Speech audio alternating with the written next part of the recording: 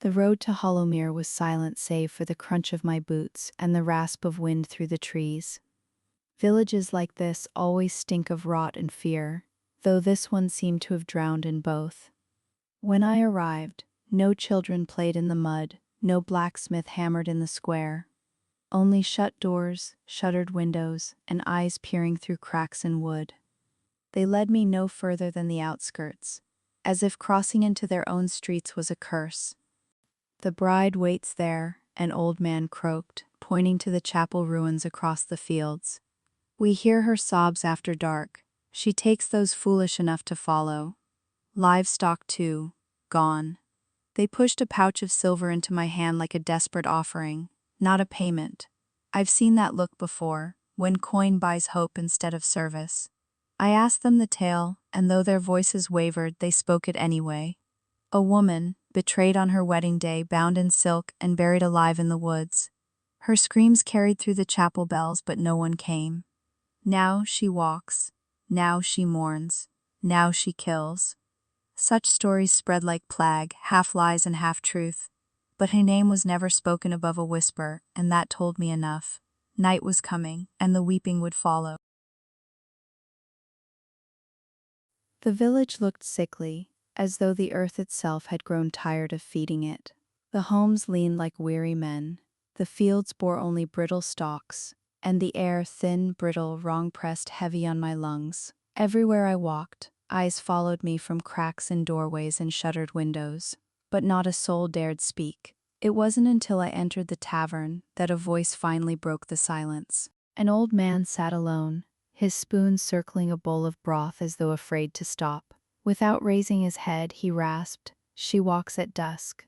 White dress, veil torn. Those who follow her path never return."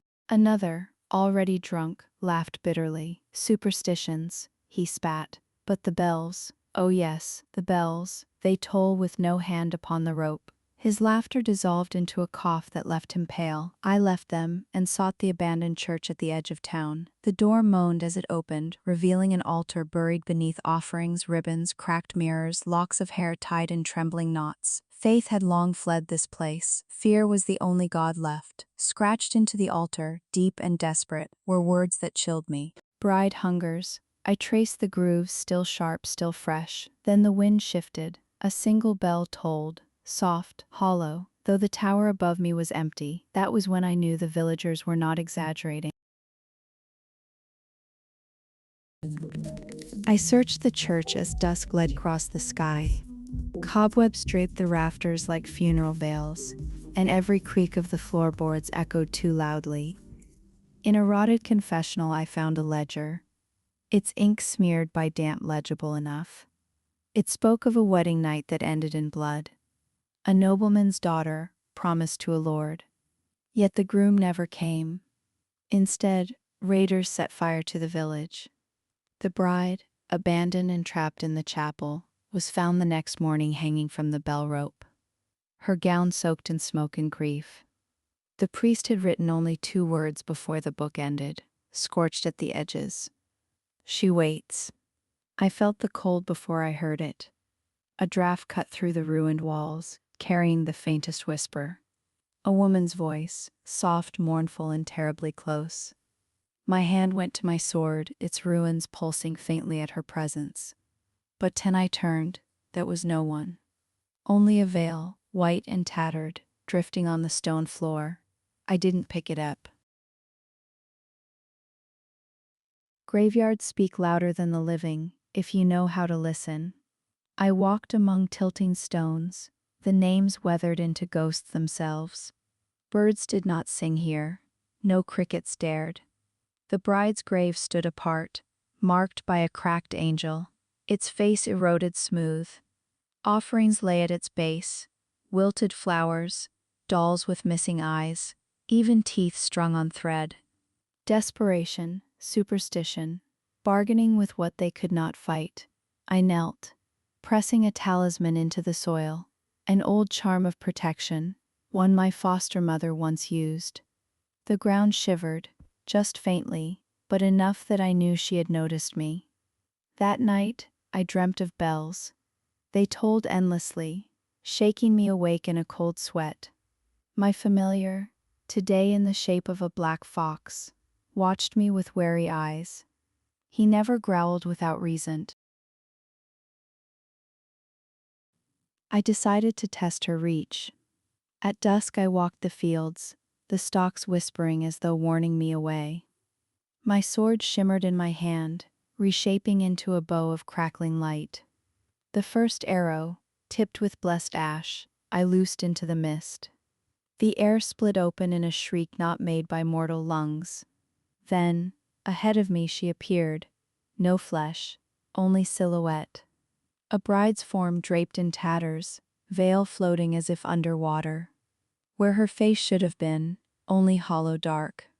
She didn't advance, she only lifted a hand, and in her palm glowed a burning ring. An unbroken wedding band, seared into eternity. When I blinked she was gone, but the ring was not. It lay in the soil at my feet, hot enough to blister my skin. I returned to the tavern, demanding truth. The villagers shrank from me, but an old widow, her voice rasping with drink and years, spoke. "The bride does not kill outright," she said. "She binds. She drags men into her procession. They march, all dressed in veils of ash, until their bones give way. My son wore her chain." She pulled back her sleeve, showing me the ring-shaped scar around her wrist. Luck from marriage, from something that bound her flesh like fire. "The bells," she whispered, tears gathering. "When you hear them, run, for every toll is a step closer." But I would not run. I had come to sever the bride's procession, not to join it. The night was a black ocean, and in its depths I saw her court. Figures moving through the mist, faceless, stumbling in torn garments. Dozens, maybe more. Husbands that never were, grooms stolen from their homes, men dragged from their sleep. They moved to the bells, each toll pulling them forward. The bride walked at their head, veil trailing like a river of death. I whispered to my familiar. He shifted into a raven and flew ahead, scattering ash with each beat of his wings. The grooms did not falter. They did not see him. But she saw me. Her head turned, hollow sockets locking onto mine, and the bells grew louder. I cast a circle of salt and flame, talismans sparking as I poured potion after potion onto my blade. The sword hissed, alive with enchantments. She entered the circle without fear. The veils of her followers brushed against the flames but did not burn. Only when I struck did she scream, her form tearing like fabric, her veil blackening at the edges.